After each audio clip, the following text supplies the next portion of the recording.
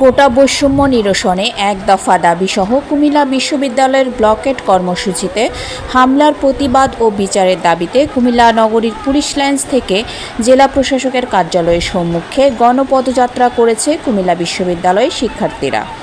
এ সময় গণপদযাত্রায় ছিলেন কুমিল্লা সরকারি কলেজের শিক্ষার্থীরা। রবিবার 14 জুলাই শিক্ষার্থীরা পুলিশ লাইনসে জড়ো হয়ে সেখান থেকে যাত্রা শুরু করেন।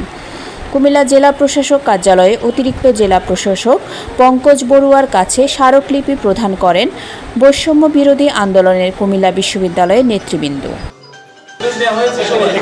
আপনারা দেখেছেন যে আমাদের এখানে কুমিল্লা জেলায় আমাদের বিশেষ করে সরকারি চাকরিতে কোটার যৌক্তিক সংস্কারের দাবিতে আন্দোলনরত শিক্ষার্থীরা এবং বিশেষ করে তাদের প্রতিনিধিবৃন্দ কিছুক্ষণ আগে এসে আমাদের কাছে মহামান্য রাষ্ট্রপতি বরাবর তারা একটা স্মারকলিপি প্রদান করেছেন।